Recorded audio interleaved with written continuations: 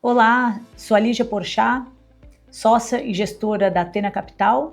Eu vim aqui para mais uma conversa com vocês, um Athena Talks, para comentar os resultados de janeiro de 2026, primeiro mês do ano, e também um pouco das nossas expectativas agora para os próximos meses. Vamos lá na tela, como sempre, o resultado dos nossos fundos de renda fixa. O Tapir, o Yield D30 e o nosso fundo previdenciário da XP. Todos os fundos tiveram resultados, começamos o ano muito bem, todos os fundos tiveram resultado acima de 100% do CDI. Tapir e o D30 próximos a 107% e o fundo previdenciário um pouquinho acima de 104% do CDI. Então os resultados foram muito bons para a gente começar o ano. Quando a gente pensa numa perspectiva da indústria de crédito, o que a gente nota? Eu acho que é importante trazer para vocês esse mês de que como que está o nosso sentimento para os spreads, os prêmios dos ativos, se a gente está preocupado, se não estamos.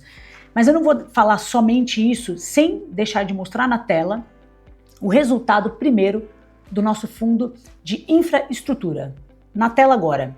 O resultado de infra no mês de janeiro foi excelente, 1,89%, mais do que 160% do CDI, 162% e alguma coisa. No ano, obviamente, também, porque a gente só teve um mês até agora. Quando a gente olha nesse gráfico que eu estou mostrando aí na tela, a parte de baixo é a atribuição. Quem foi responsável por esse resultado excelente? E o que me chama a atenção, que eu gostaria que vocês olhassem, é a coluna marcação. Notem que a marcação dos ativos foi responsável por 1,61%. E é claro, porque houve um fechamento na curva, né, a taxa de juros fechou, o juro real fechou um pouco também, e por conta disso a gente teve aí um resultado excelente do nosso fundo de infraestrutura, lembrando que ele só teve esse resultado excelente porque ele é não redeado. Isso é algo extremamente relevante.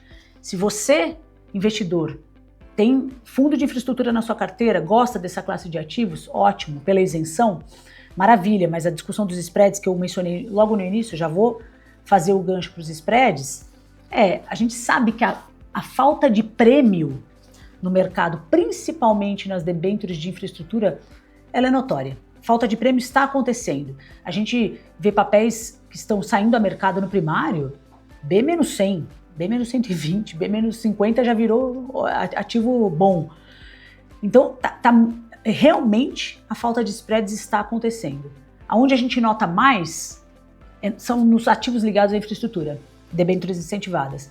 No CDI+, nos percentuais do CDI, que são os nossos outros fundos, né, o Tapir, o D30 e o Prev, os spreads eles se mantiveram nos patamares anteriores, que estão desafiadores. Não é que a gente está falando que a gente tem muitos spreads, os prêmios não estão grandes, mas eles não estão trágicos. Já quando a gente pensa em debênture de infraestrutura, de fato, eu acho que existe uma falta de spreads no mercado.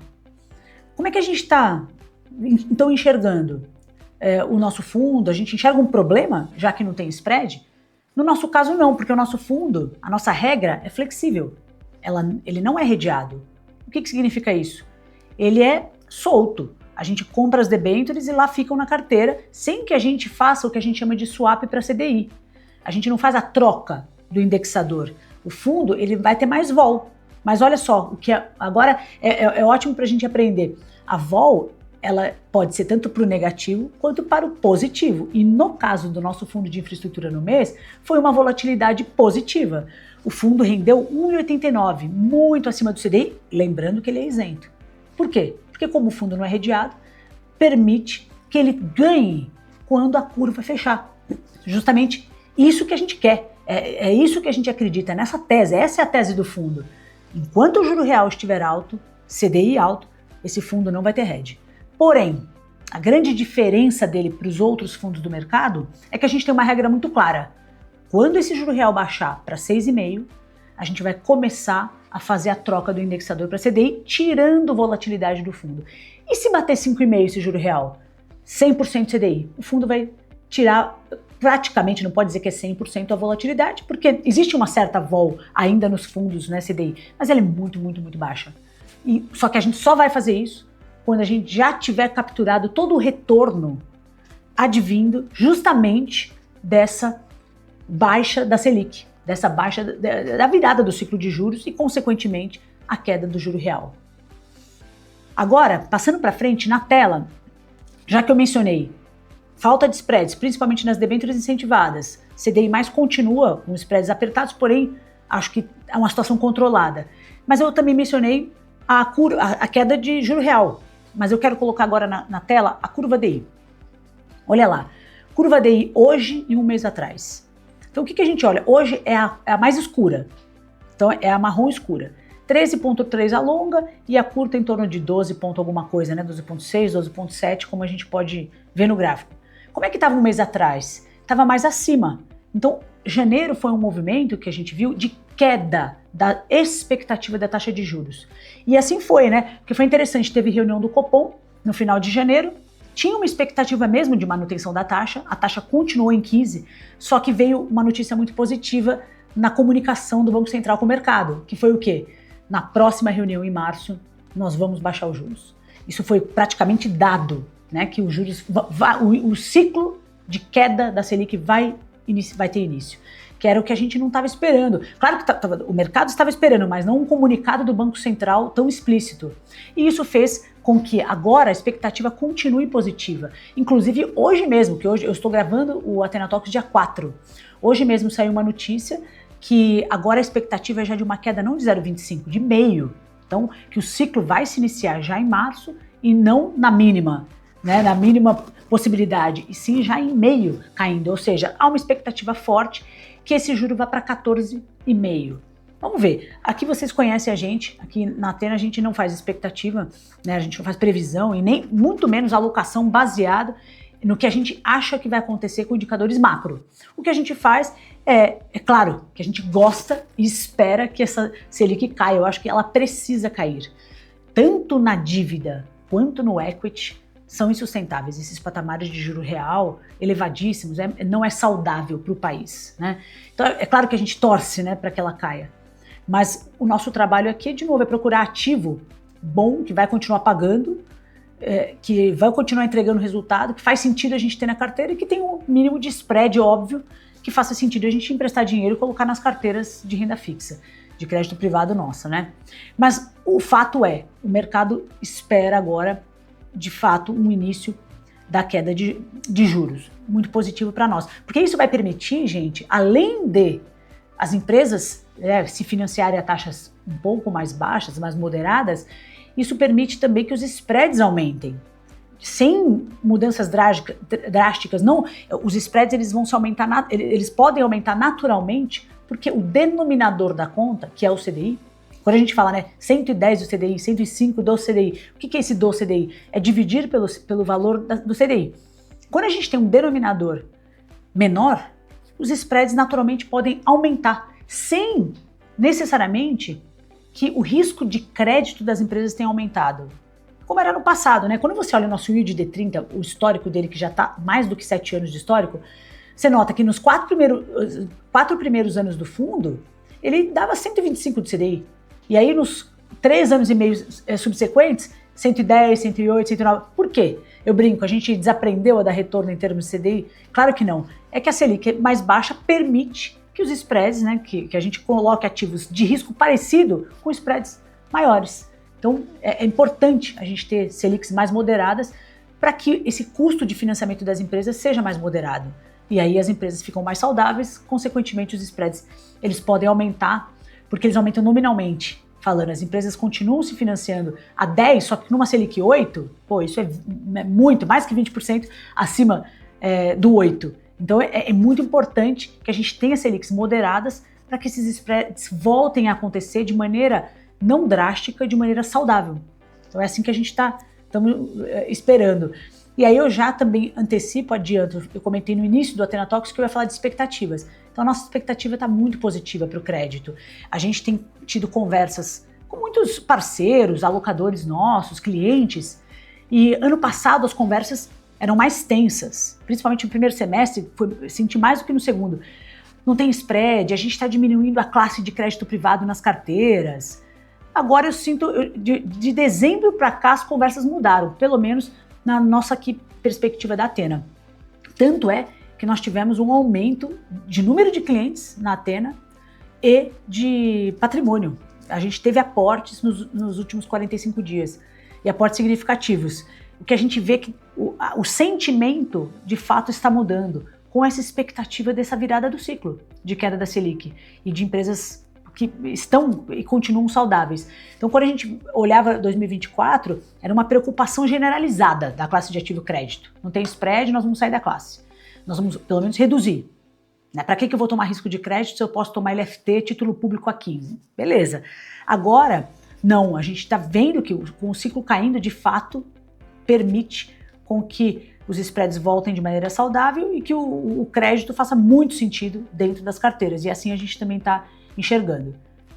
Claro que nossa visão da Athena é sem perder o olhar da qualidade, tudo que vocês já conhecem, né, olhar o fundamento das empresas, nível de risco. Eu acho que é sempre importante frisar. Na tela, o que eu vou trazer agora para vocês é a atribuição de performance do yield D30. Olhem o retorno, a atribuição de janeiro, na parte esquerda do gráfico, o fundo rendeu 1,25, CDI 1,16, e aí a gente vê as nossas principais classes, FDIC, títulos bancários, debêntures, caixa e despesas do fundo. Na parte direita do gráfico que eu quero mencionar, quem que foi o responsável, ou quem foram os responsáveis pelos resultados do fundo, desse 1,25, em termos de CDI. A gente está acostumado a falar em termos de CDI, então a gente vê que FDICs contribuíram quase 112%, 101,81% de CDI. Mas eu acho que o FDIC, como exceção, não foi a classe que mais rendeu no mês de janeiro. Olha como chama a atenção. Debêntures renderam muito bem e títulos bancários, as LFs, olha lá, quase 117% do CDI, mais do que os FDICs, que tem muito prêmio na carteira. Então por quê? Por que foi debênture e títulos bancários? Aqui eu quero só fazer chamar a atenção para os títulos bancários. A gente tem uma LF subordinada de Itaú e ela tem uma duration de 1 ano e ela não foi chamada pelo Itaú. Então, na precificação do título, a gente teve um super ganho na carteira na LF de Itaú. Então, a gente tem uma LF subordinada na carteira, numa proporção grande, só que é de um banco excelente. A gente não coloca na carteira LF subordinada de bancos que não sejam S1. Então, e foi justamente Itaú o maior fator positivo nessa classe de ativos, de títulos bancários. Você vê, é possível ganhar com bancos que não pagam nada por serem muito excelentes, só que por conta de uma reprecificação, porque a LF não foi chamada em janeiro, ela agora, o próximo call dela será em janeiro 27, então a gente vai manter aí o ativo por mais tempo na carteira, e essa reprecificação teve esse ganho, contribuiu para um ganho muito positivo aí na carteira, tá? Então eu acho que era importante passar isso para vocês. E pensando para frente, né, do ponto de vista de alocação, classe de ativos, a gente continua privilegiando FDICs, porque tem mais prêmio ainda na carteira, somente cota sênior, e títulos bancários. As debêntures a gente continua com uma porção pequena, em torno de 15% a 20%. Eu falo 15% a 20%, gente, porque vencem títulos, a gente vende, eu posso estar falando isso hoje, dia 4, e daqui uma semana a gente está com 25%. Por quê? Porque os spreads aumentaram, surgiu uma oportunidade. Então eu estou falando foto, tá? Eu falo uma foto recente da carteira. E títulos bancários a gente tem maior proporção e FDICs também. E para finalizar, eu quero colocar um gráfico na tela só com um resumo do retorno dos principais índices de janeiro. Olhem lá na tela. A gente trouxe aí CDI, IPCA, inflação, né? IMAB 5, IMAB, todos, até índice de bolsa e o dólar versus o real. Primeiro, o que chama atenção no gráfico é óbvio que é o único que está para a esquerda em 2,98 caindo é o dólar versus real. O que aconteceu, né? O real se valorizando aí quase 3%. Então, isso foi muito por conta do fluxo de investimento de gringo no Brasil. Isso impulsionando não só o dólar, o real, na verdade, como a Bolsa Brasileira. Eu acho que o grande destaque, né? Ibovespa, índice Ibov subindo aí mais de 12%, Small Cap subindo mais de 10%. Então foi, assim, finalmente, né? A virada começou já no ano passado, o sentimento já estava melhorando por conta dessa expectativa aí de virada de ciclo. Né, os emergentes estão em alta, mas dentro dos emergentes, Brasil foi um grande escolhido dos gringos. E outro fator, acho que chama bastante atenção, o próprio IPCA, que veio muito baixo, mas vocês notem que as debêntures isentas de infraestrutura rentabilizando aí 2,76%, o IMAB rentabilizando mais do que 1%. Então, rentabilidades saudáveis. E as debêntures isentas muito mais, inclusive, do que o CDI. Por isso que o nosso fundo também de infraestrutura rendeu muito, acima do CDI e ainda isento, né? Justamente porque as debêntures isentas renderam muito. Então, muito positivo. E mesmo com o IPCA muito baixo, né, gente? Vamos refletir aqui, né? De fato, se o IPCA continuar nessa toada, que tudo diz que vai, né? Entre 3,5% e 4,5%, vamos colocar assim, não faz sentido essa Selic, né? De 15%. Realmente não faz sentido. Tem que cair essa Selic. E é a tese que a gente acredita.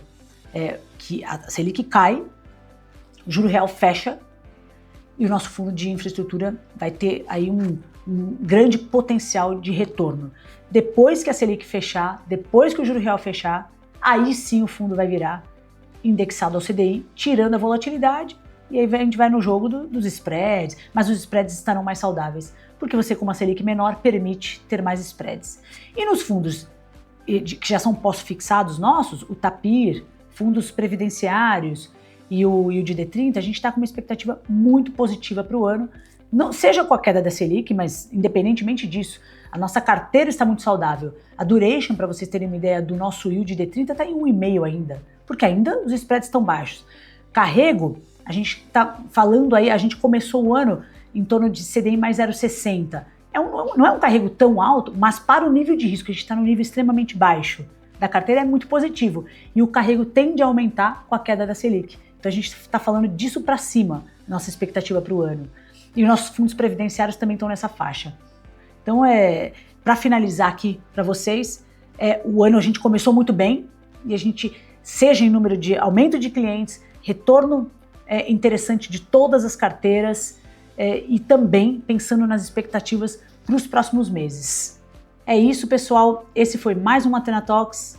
Obrigada e até a próxima.